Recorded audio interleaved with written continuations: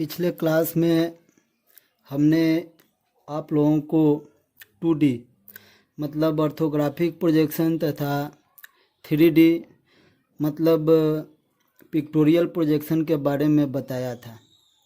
उसमें मैंने बताया था कि जिसका एरिया क्षेत्रफल निकलता है उसे 2D कहते हैं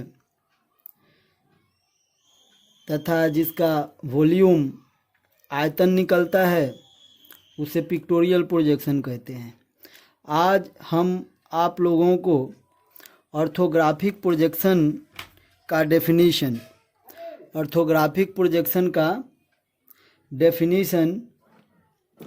उसका प्रकार और महत्व के बारे में विस्तार से चर्चा करेंगे। तो आइए देखते हैं ऑर्थोग्राफिक प्रोजेक्शन का परिभाषा, उसका परिभाषा। किसी वस्तु की वास्तविक आकृति को दो या अधिक दृश्यों में दर्शाने के लिए जिस विधि का प्रयोग किया जाता है उसे ऑर्थोग्राफिक प्रोजेक्शन कहते हैं। इस प्रोजेक्शन का मुख्य गुण यह है कि इसमें प्रोजेक्टर्स एक दूसरे के समानांतर होने चाहिए और ऑब्जेक्ट के जिस प्लेन से प्रोजेक्शन लिए जाते हैं उसके लंबवत होने चाहिए। इसके बाद हम आपको महत्व समझाएंगे। इसका महत्व क्या है, ऑर्थोग्राफिक प्रोजेक्शन क्यों पढ़ते हैं हम लोग, आइए इसके बारे में भी देख लेते हैं। दुनिया भर में जितने भी मशीन तथा मशीन पार्ट्स बनते हैं वो उन सभी का ड्राइंग ऑर्थोग्राफिक प्रोजेक्शन के सिद्धांत पर ही बनाए जाते हैं। बिना इसे पढ़े और समझे हम किसी वस्तु या मशीन पार्ट की ड्राइंग न बना सकते हैं और ना ही समझ सकते हैं। ठीक है, तो आइए हम लोग डिटेल में इसको समझते हैं। परिभाषा को कहता है किसी वस्तु की वास्तविक आकृति को दो या अधिक दृश्यों में दर्शाने के लिए जिस विधि का प्रयोग किया जाता है उसे ऑर्थोग्राफिक प्रोजेक्शन कहते हैं। क्या है डेफिनेशन? डेफिनेशन कहता है कि किसी वस्तु की वास्तविक आकृति को ये देखिए कोई ऑब्जेक्ट है यहाँ पे, इसका वास्तविक आकृति क्या होगा। सपोज कि ये इस वस्तु का ये वास्तविक आकृति है। ये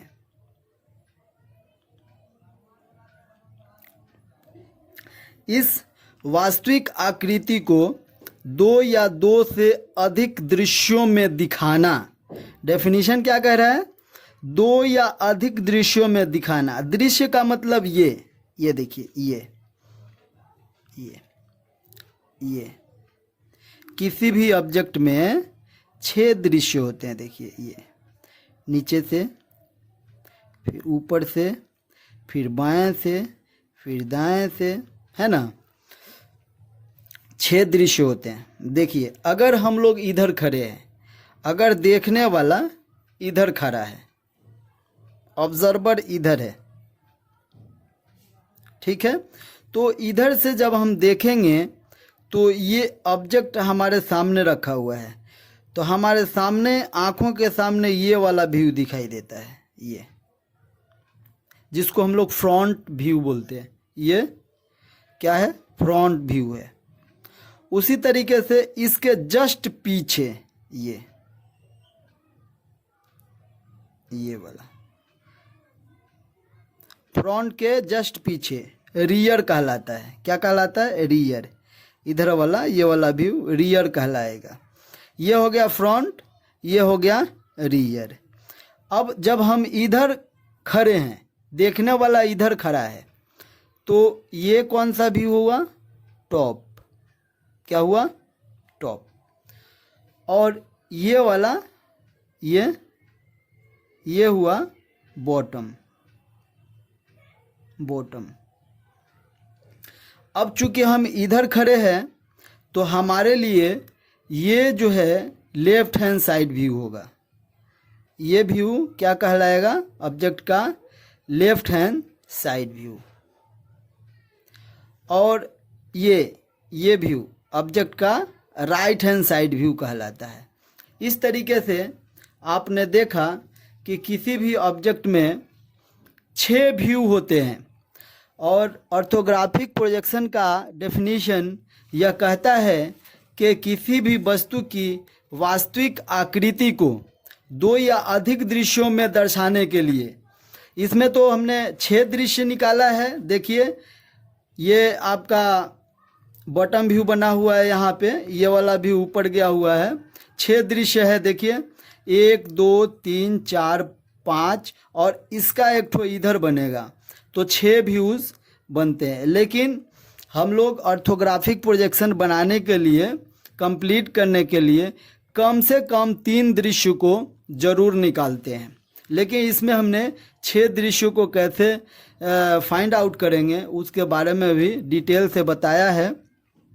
ठीक है, तो पहले इसका प्रकार भी देख लेते हैं, इसके बाद विस्तार से अध्ययन करेंगे।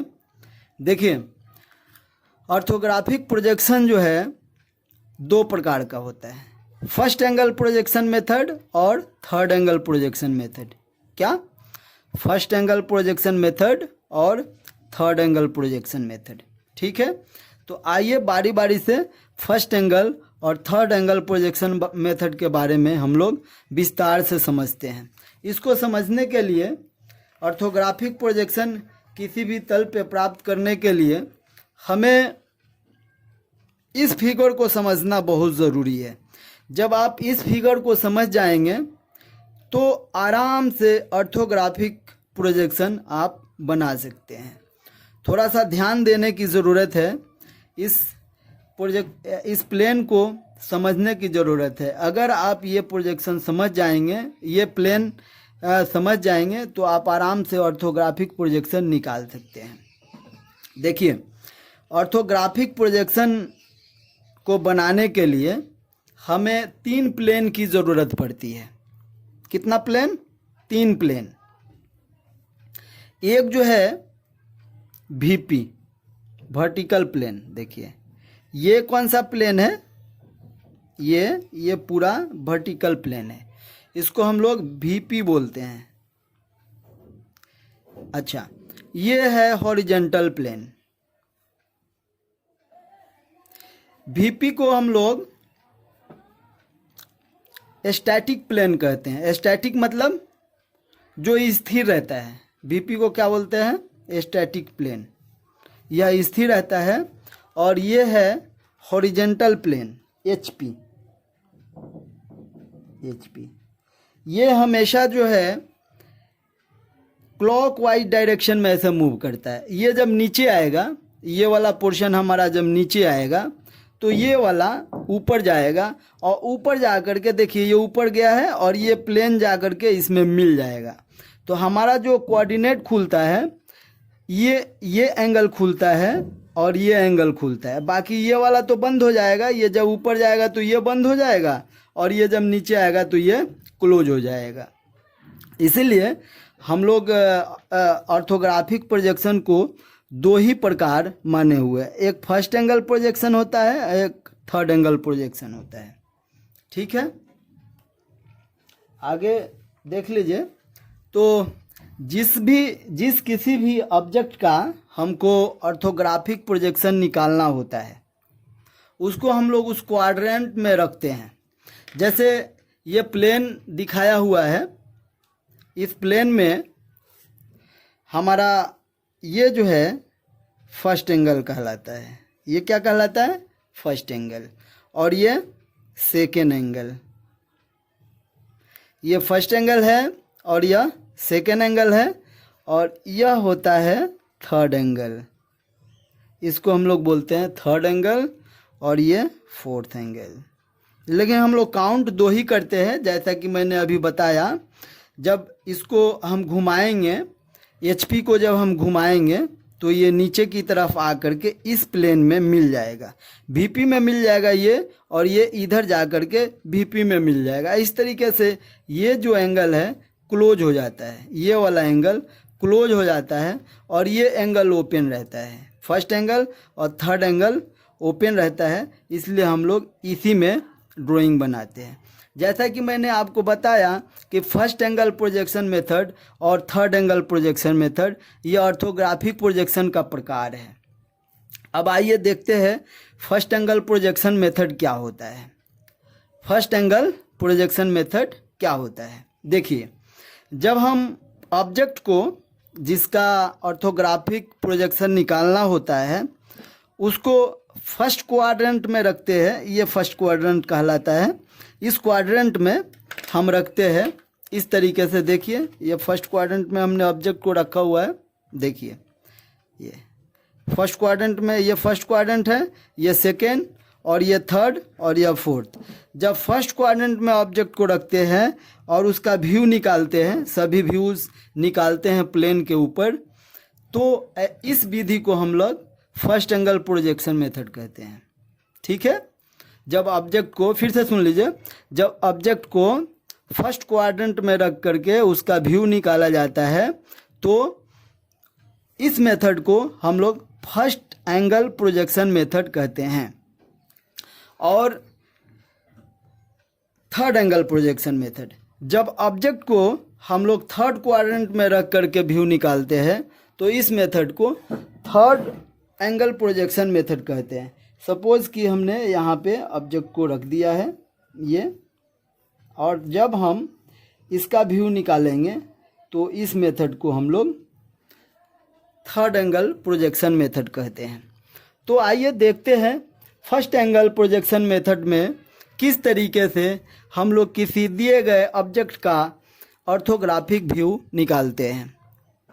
ठीक है, फर्स्ट एंगल प्रोजेक्शन मेथड में किसी भी ऑब्जेक्ट का जो दिया गया है उसका ऑर्थोग्राफिक प्रोजेक्शन किस तरीके से निकालते हैं उसके बारे में मैं आपको बताने जा रहा हूँ। आपको क्वेश्चन में दिया रहेगा कि दिए गए आइसोमेट्रिक प्रोजेक्शन का या दिए गए ऑब्जेक्ट का फर्स्ट एंगल प्रोजेक्शन मेथड में फ्रंट व्यू, टॉप व्यू और साइड व्यू बनाएं। तब आपको क्या करना होगा, उस ऑब्जेक्ट को फर्स्ट एंगल प्रोजेक्शन मेथड में फर्स्ट एंगल में आपको रखना होगा। जैसा कि मैंने यहाँ पे इस ऑब्जेक्ट को हवा में रखा हुआ है, फर्स्ट क्वाड्रेंट में हवा में रखा हुआ है। देखिए इस ऑब्जेक्ट को हमने फर्स्ट क्वाड्रेंट में हवा में रखा हुआ है और फिर यहाँ पे हमने प्लेन एक लगा दिया है, पर्दा लगा दिया है, इसको पर्दा समझिए। और हम इधर आकर के खड़े हैं, यहाँ पे खड़े हैं, देखने वाला यहाँ खड़ा है और देख रहा है, या यहाँ से लाइट जलाएगा। जब लाइट जलाएगा तो इसका छाया,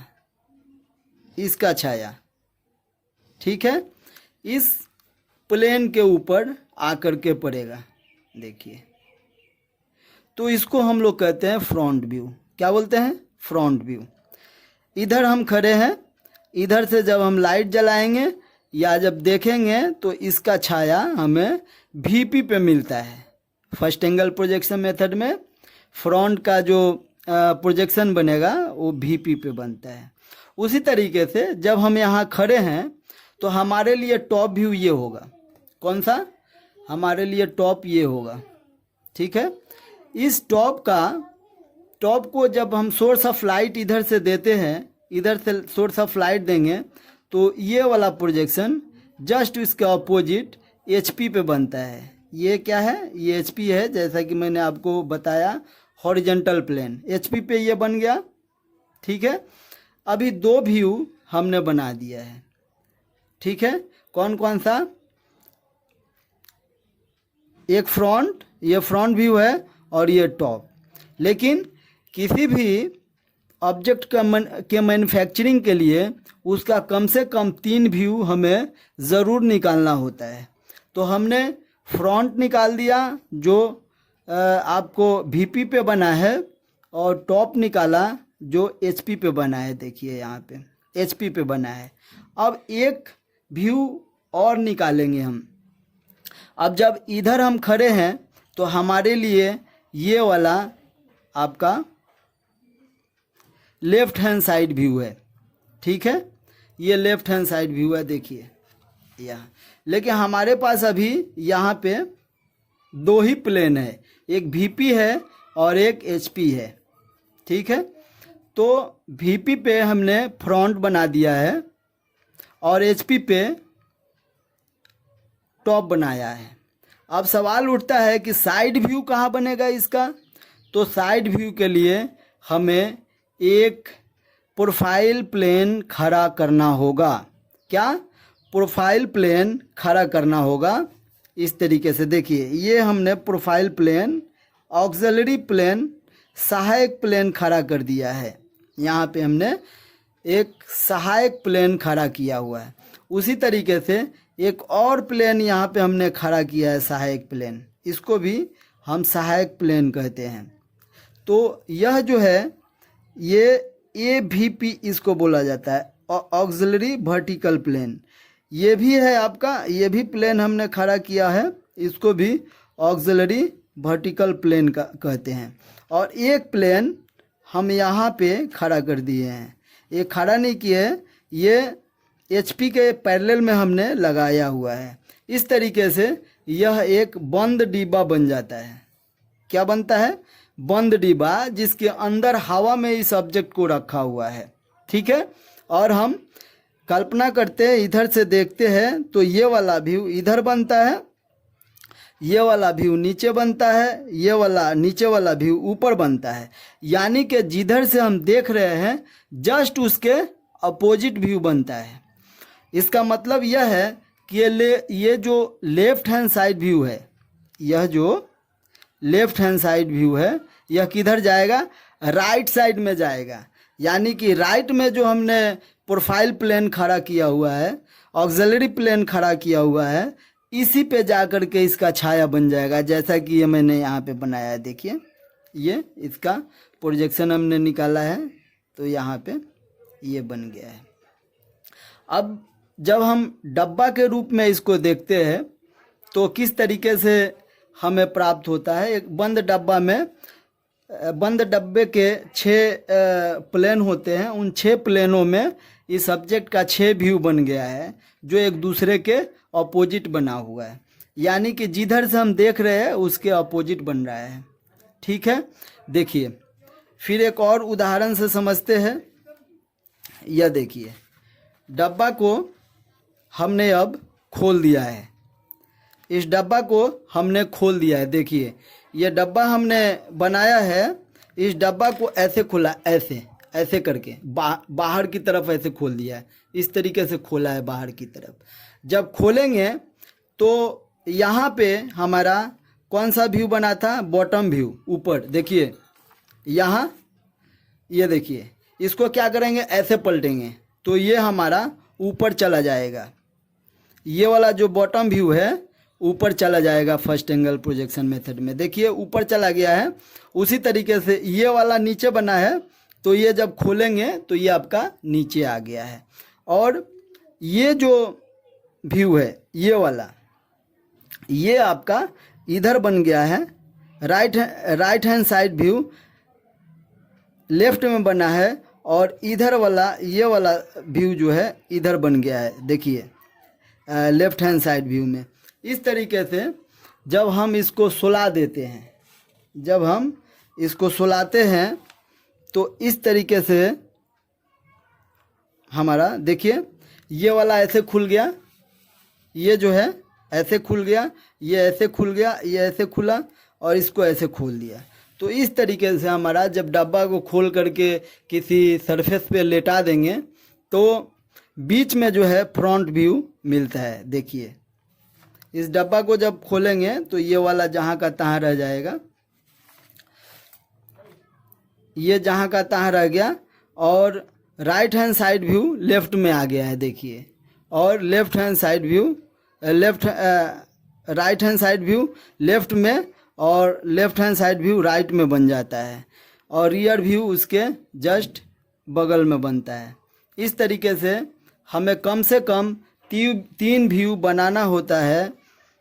देखिए किस तरीके से, फ्रंट व्यू के जस्ट नीचे टॉप व्यू, और फ्रंट व्यू के जस्ट सामने बाईं तरफ राइट हैंड साइड व्यू बनता है।